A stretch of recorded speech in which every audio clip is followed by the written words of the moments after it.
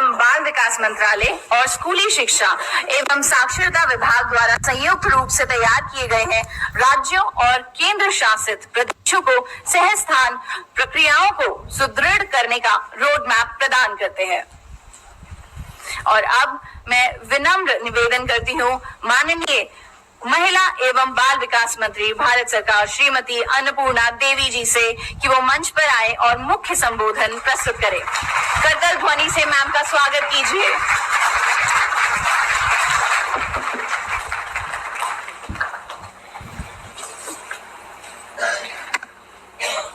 सभी को नमस्कार। आज के इस महत्वपूर्ण और प्रभावी आज के इस कार्यक्रम के अवसर पर माननीय शिक्षा मंत्री आदरणीय श्री धर्मेंद्र प्रधान जी, उपस्थित शिक्षा विभाग के सचिव संजय कुमार जी, महिला बाल विकास विभाग के सचिव अनिल मल्लिक जी, उपस्थित अवर सचिव अर्चना अवस्थी जी, लव अग्रवाल जी सहित शिक्षा विभाग और महिला बाल विकास विभाग के सभी अधिकारीगण, उपस्थित प्रेस मीडिया के सम्मानित साथियों, आज बहुत ही सुखद क्षण है खास करके मेरे लिए कि अक्सर ये हम लोग बात करते थे जब मैं शिक्षा विभाग में थी, आदरणीय शिक्षा मंत्री जी के अंदर में शिक्षा विभाग में जब कभी बैठक होती थी तो हम लोग हमेशा NEP 2020 की चर्चा करते थे और उसमें ये बातें आती थी कोलोकेशन की, बाल वाटिका और आंगनवाड़ी की। तो उसी समय से आदरणीय मंत्री जी के मन में ये भाव था कि ये हम कैसे एक साथ कोलोकेट कर सके और जो NEP का मूल उद्देश्य है उस उद्देश्य को हम आगे बढ़ा सके। और जैसा हम सभी जानते हैं कि माननीय प्रधानमंत्री जी हमेशा कहते हैं 21st सेंचुरी स्किल्स को बढ़ावा देने के लिए, और इसी के तहत NEP 2020 उनके सोच का ही ये परिणाम है कि कैसे हम बच्चों को छोटे से लेकर बच्चों को कैसे उनके भाषा में शिक्षा, खेल खेल में शिक्षा या फिर स्किल की शिक्षा हम दे सके। तो इसी के तहत आज का ये लगभग 34 वर्षों के बाद NEP 2020 आया और उसके बाद से आदरणीय प्रधानमंत्री जी की जो सोच है उस सोच को आगे बढ़ाने के लिए शिक्षा मंत्रालय निरंतर प्रयास कर रहा है और अब साथ में महिला बाल विकास मंत्रालय भी जुड़कर आज का जो कोलोकेशन ऑफ आंगनवाड़ी सेंटर्स का आज जो गाइडलाइन आज हमने अभी जो जारी किया है तो उसके माध्यम से कि कैसे हम साथ में मिलकर एक परिसर में पोषण शिक्षा साथ साथ कर सकें। तो इसी को ध्यान में रखते हुए, चूंकि हम सभी जानते हैं कि शिक्षा की मजबूत नींव फाउंडेशनल स्टेज में यानी अर्ली चाइल्डहुड में ही रखी जानी चाहिए। और बहुत से रिसर्च ये साबित भी करते हैं कि बच्चे 6 साल के उम्र तक ही बच्चों का ब्रेन का लगभग 85% ग्रोथ हो जाता है। तो उसको ध्यान में रखते हुए शुरुआती 6 वर्षों में ही हमारी ये सोच है कि NEP 2020 में early childhood care and education पर विशेष बल दिया जाए और इसी उद्देश्य के साथ बच्चों के मानसिक विकास के सबसे महत्वपूर्ण वर्षों में उन्हें सही पोषण और सीखने का वातावरण देना और खेल खेल में शिक्षा को बढ़ावा देना, इसी का यही प्रमुख उद्देश्य है।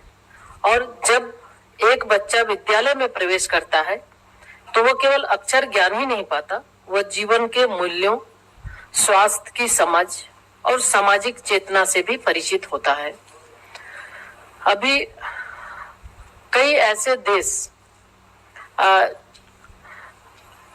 जिनका जो सर्वे है उसके आधार पर, जैसे फिनलैंड, स्वीडन, कनाडा, ऑस्ट्रेलिया सहित कई ऐसे देश हैं जिन्होंने ECCU को सार्वजनिक सेवा के रूप में अपनाया गया है। और यूनिसेफ के SDG 4 का भी एक लक्ष्य कि गुणवत्तापूर्ण प्री प्राइमरी एजुकेशन तथा यूनिवर्सल एक्सेस सुनिश्चित करना है। साथियों, इसे हासिल करने के लिए कई देशों ने ईसीसी को प्राथमिकता भी दी और भारत भी अब इस दिशा में एक ठोस कदम उठा रहा है और इसी का ये परिणाम है कि को लोकेशन ऑफ आंगनवाड़ी सेंटर्स। तो इसके माध्यम से बहुत ही आदरणीय शिक्षा मंत्री जी का काफी इसमें धर्मेंद्र प्रधान जी का गाइडलाइंस जैसे ही इस विभाग में मैं आई, लगातार उनका ये प्रयास और कई बार उन्होंने ये कहा कि कैसे हम लोग इसको को लोकेशन कर सकते हैं, कैसे इस पर आगे गाइडलाइन एक जॉइंट गाइडलाइन बनाने की आवश्यकता है और उनके मार्गदर्शन में यह काम संभव हो पाया और निश्चित रूप से ये हमें पूरा विश्वास है कि जिस तरह से उनका मार्गदर्शन गाइडेंस मिलता रहा है कि आगे ये जो एक गाइडलाइन हम लोगों ने अभी जारी किया है बहुत ही अच्छे ढंग से ये आगे भी कार्य करता रहेगा। साथियों, इस भारत भी इस दिशा में अब ठोस कदम बढ़ा रहा है जिसके लिए हमें एक मजबूत और मल्टी डायमेंशनल इंस्टीट्यूशनल फ्रेमवर्क तैयार करना है जिसमें स्वतंत्र आंगनवाड़ी, विद्यालयों के साथ को-लोकेटेड आंगनवाड़ी और प्री प्राइमरी सेक्शन और इंडिपेंडेंट प्री स्कूल शामिल हो। और इस संकल्प को आगे बढ़ाने का सबसे व्यवहारिक और दूरदर्शी तरीका है कि आंगनवाड़ी और प्राथमिक विद्यालयों का को-लोकेशन करना। आज हमारे पास लगभग 14,02,000 से ज्यादा आंगनवाड़ी केंद्र हैं और 9,16,000 प्राइमरी स्कूल्स हैं जिनमें से लगभग 2,90,000 आंगनवाड़ी केंद्र पहले से ही को लोकेटेड हैं और यह आंकड़ा हमारी सामूहिक शक्ति को ही नहीं दर्शाता बल्कि करोड़ों परिवारों की उम्मीद और विश्वास का भी प्रतीक है। और अब इसको गति देने के लिए हमें समान नियम और ऑपरेशनल क्लियरिटी सुनिश्चित करनी होगी। इसलिए आज हम यहाँ आंगनवाड़ी केंद्रों की को लोकेशन के लिए दिशा निर्देश प्रस्तुत किए और ये पहल स्वास्थ्य, शिक्षा और संस्कारों का संगम है। आंगनवाड़ी का आंगन और विद्यालय का प्रांगण मिलकर बच्चों के लिए एक चाइल्ड फ्रेंडली कैंपस बनाते हैं जहां हर बच्चे को सुरक्षा, ज्ञान और पोषण का समुचित वातावरण प्राप्त होगा। साथियों, इन दिशा निर्देशों ने आज जो दिशा निर्देश हमने जारी किया है, इस दिशा निर्देशों ने मुख्यतः 3 लक्ष्य इसमें रखा है कि पहला लक्ष्य है हर इनरोल्ड बच्चा आंगनवाड़ी से सहजता के साथ स्कूल में यानी कक्षा 1 में प्रवेश पा सके। दूसरा लक्ष्य आंगनवाड़ी और प्राथमिक विद्यालय के बीच में अच्छी कोऑर्डिनेशन हो जिससे बच्चों को किताबों के साथ साथ जॉयफुल लर्निंग और प्ले बेस्ड एक्टिविटीज से उनका होलिस्टिक डेवलपमेंट हो सके। और तीसरा लक्ष्य प्राथमिक स्तर पर एफएलएन के मजबूत आधार के साथ हर बच्चा बिना रुके उच्चतर कक्षाओं तक पहुंचकर सफलता का नया आकार करते हैं, क्योंकि जो विकसित भारत का लक्ष्य माननीय प्रधानमंत्री जी का है, तो ये महिलाओं के नेतृत्व में विकास और महिलाओं की भागीदारी भी, इसमें वर्कफोर्स में महिलाओं की भागीदारी बहुत ही अहम भूमिका निभाती है। तो अभी जैसे हमने अभी एक फिल्म के माध्यम से भी हमने देखा कि जो बहनें जो बता रही हैं, तो उसमें कामकाजी महिलाएं जो एसएचजी से जुड़ी महिलाएं हैं, अपने बच्चों की देखभाल और दैनिक काम के लिए उन्हें कहीं ना कहीं अपने जो काम है उसका सेक्रीफाइस करना पड़ता है, उसको विवश हो जाती हैं काम छोड़ने के लिए कि बच्चों का देखभाल करे या फिर वो काम करने जाए। तो इसी स्थिति को देखते हुए कि उनका आजीविका भी ना छूटे और बेहतर ढंग से वो काम भी कर सके, तो आंगनवाड़ी सेंटर जो कोलोकेटेड है, आंगनवाड़ी सेंटर के साथ साथ कई क्रेजेस भी चल रहे हैं जिसके माध्यम से कि अब हमारी जो कामकाजी महिलाएं हैं उनके लिए ये सुविधा हो सके और बिना आजीविका छोड़े वो काम कर सके, ताकि देश के अंदर जो एक लक्ष्य है माननीय प्रधानमंत्री जी का, उसमें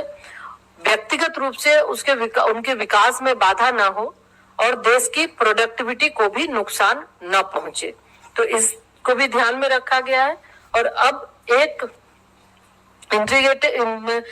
हम लोग जो बच्चों को पोषण, शिक्षा और स्वास्थ्य एक ही स्थान पर मिल सके, इसके लिए भी महिलाएं निश्चिंत होकर अपने कार्यस्थल पर पूरे आत्मविश्वास के साथ योगदान दे सके, इस पर महिलाओं को सशक्त बनाने के लिए भी ये एक योजना तैयार की गई है। और साथ ही साथ हम सभी जानते हैं कि बच्चों का पहला शिक्षक माँ ही होती है, और माँ के साथ साथ पहला शिक्षक उनका परिवार भी होता है। तो इसलिए विद्यालयों के साथ आंगनवाड़ी केंद्रों की कोलोकेशन को सफल बनाने के लिए सरकार के साथ साथ हम ये आग्रह करेंगे अभिभावकों को भी, माता पिता को भी, उनका भी सहयोग और समुदाय का सहयोग बहुत ही जरूरी है, बहुत ही अपेक्षित है।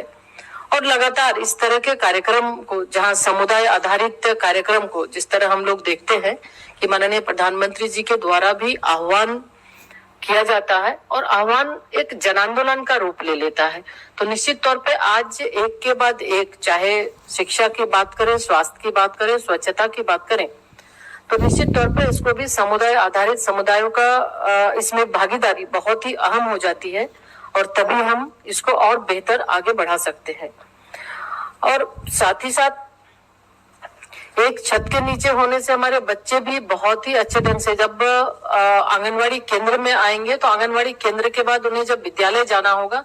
तो बिना किसी हिचक वो अच्छे से वो विद्यालय में भी जा सकते हैं, और उसी तरह से उनका होलिस्टिक डेवलपमेंट भी होगा। और माननीय प्रधानमंत्री जी के आह्वान को पूरा करते हुए हम बच्चों को खुली उड़ान देने के लिए एक नया मंच भी तैयार करने जा रहे हैं, जिसमें हर माँ की ममता, हर बच्चे की मुस्कान और हर शिक्षक की प्रेरणा शामिल है। साथियों, आइए हम सब मिलकर जो विकसित भारत का लक्ष्य माननीय प्रधानमंत्री जी का है,